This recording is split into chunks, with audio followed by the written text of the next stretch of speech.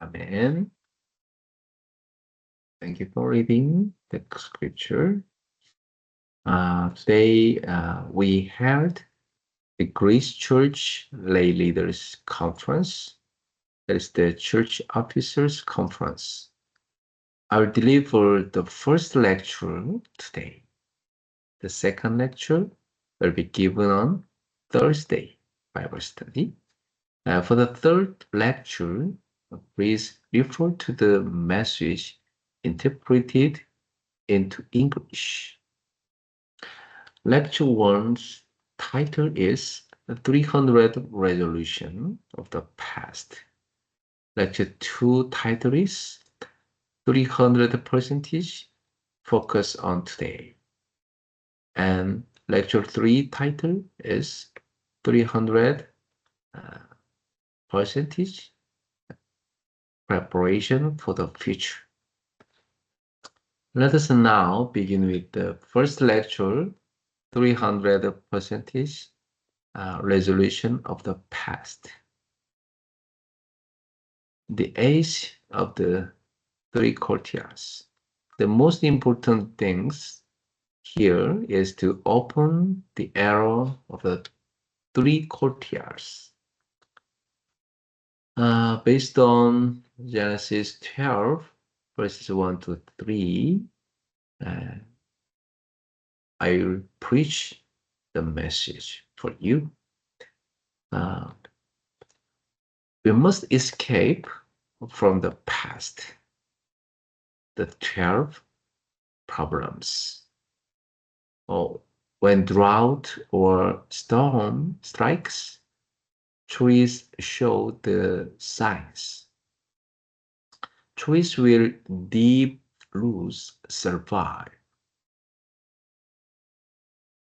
But even the largest tree will fall if its roots are shallow.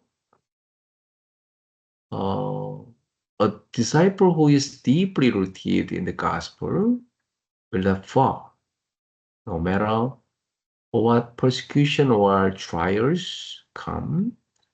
When you focus solely on the gospel, you can overcome everything and eventually bear fruit. I pray that you become disciples who are deeply rooted in the gospel. The past can only be resolved by holding on to the accurate covenant. Hold firmly to the covenant in Genesis 12, verses 1 to 3. Do not return to your past. Leave your idol-worshipping parents and your homeland. You will be a blessing. Walk the path of mission God shows you that brings blessings to the world. All people on the earth will be blessed through you, God said. We must escape from the darkness. People are trapped in the problems of Genesis chapter 3. There is self-centered. And Genesis chapter 6, there is material centeredness. And Genesis chapter 11, there is success centeredness. These problems, these become imprinted, rooted, and become their nature. So they make all their decisions based on these things. But God told Abram to leave that place in Genesis chapter 12. We must escape from the culture of darkness, the culture of divination, shamanism, and idolatry. Abram chose God and his covenant. And that's why he yielded everything to his nephew Lot. But Lot chose visible wealth. He chose the land of Sodom, not knowing it was a city doomed for destruction. What happened in the end? Lot perished miserably. He was taken captive during the war in Canaan. But Abram, now a wealthy man, gathered 318 trained men in his house and rescued him. He gave a tenth to God, giving glory for the victory. But Lot, who could not leave Sodom, ultimately faced disaster. God judged that land with fire and brimstone because there were not even 10 righteous people. When angels came, the Sodomites wanted to commit homosexual acts with them due to their physical beauty, but the angels' help, Lot's family escaped. By the by the angel's help, Lot's family escaped, but Lot's wife looked back with regret for her possessions in Sodom and became a pillar of salt. Lot's two daughters, influenced by Sodom's sexual culture, got their father drunk and had children through him. These became the ancestors of Moab and Ammon, who later harassed Israel and were destroyed. Culture matters. What culture are you living in? What culture are your children living in? It's very important. We must escape from destiny. Unbelievers are all trapped in destiny. So they face the six problems according to a time schedule: spiritual problems, idolatry problems, mental problems, physical problems, problems in future generations, and the last is the last, uh, those problems of the afterlife. All right, let's move on to main message, resolving the past 300%. First, we must use your past as a platform. Uh, turn your scars into a platform. Joseph was a slave, but enjoyed God being with him. Even in prison, God was with him. As Prime Minister of Egypt, he still acknowledged God's presence in everything. He enjoyed God being with him always. And turn the crisis of death into a platform. For example, Moses 40 years in the palace and 40 years in the wilderness all became a platform to lead Israel for 40 years.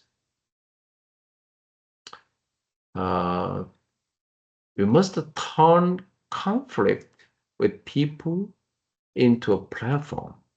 For example, David's time as a shepherd, a soldier, and fleeing from Saul, all became training to become a king who could govern Israel.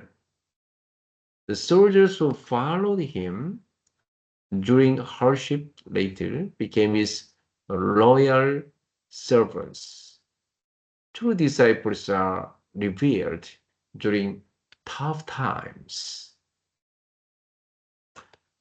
Second, we must recover what was lost. First, the courtyard of the Gentiles. We must recover. We must recover. The world is trapped in darkness. They are trying to become Nephilim by competing for power. That's what causes war. Even politicians and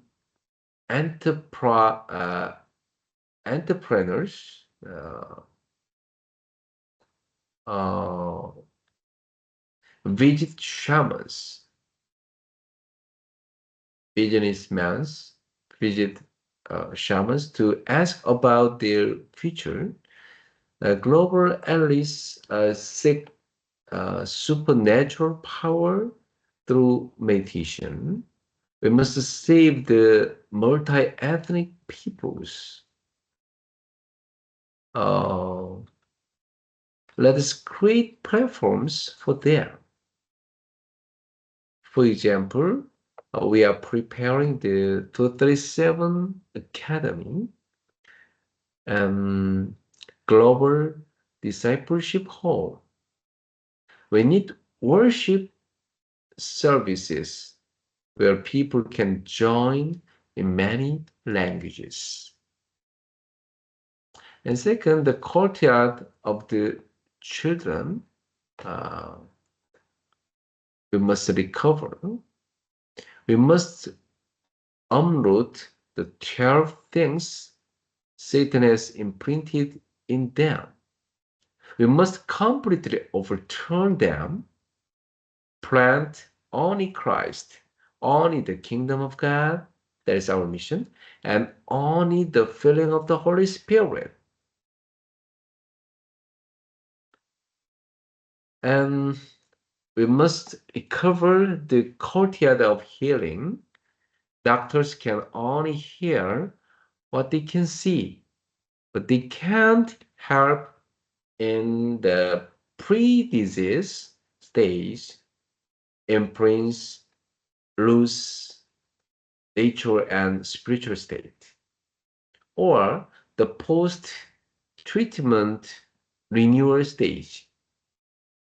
New imprints lose and nature, fundamental healing. Without this, we cannot hear the 12 imprints in the next generation. Third, we must recover what has been abandoned. First of all, uh, we must recover healing summit. The 237 nations and 5,000 tribes have been abandoned. We must become the summit that hears them with the gospel. And we must recover, adopt a family movement. I keep thinking about the children in Ukraine. Once the war ends, we must quickly go in, partner with the local church, and create a organization to save the children. And we must recover 5-person prayer team: elder, senior deaconess, ordained deacon, and or deaconess, and commissioned deacon or deaconess, and remnant. A team to plan evangelism, missions, and pray together. The world is in darkness. We must rescue them.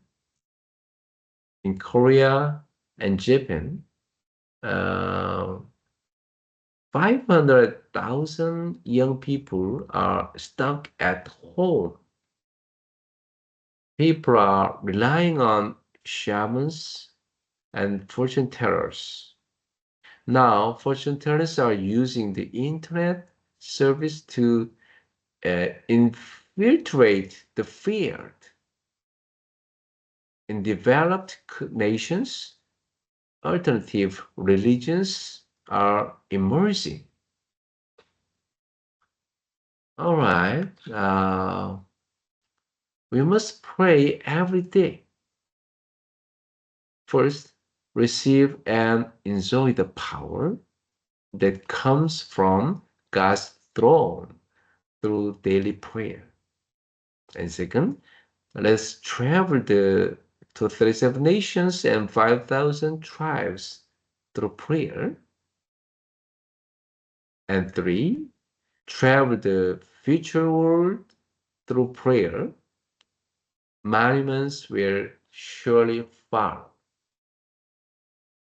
Amen. Let's pray.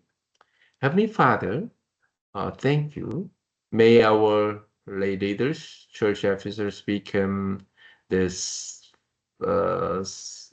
70 disciples who save this generation. Let them be completely freed from the problems of the past.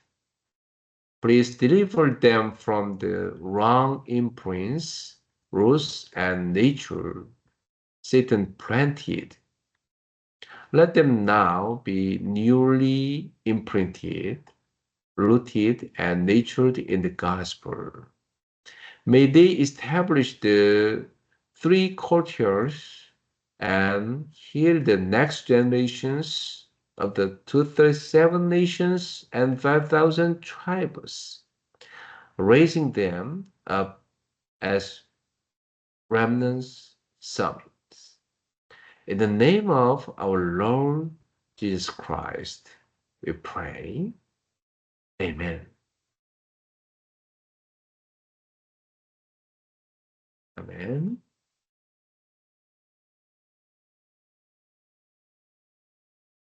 All right. Let's follow.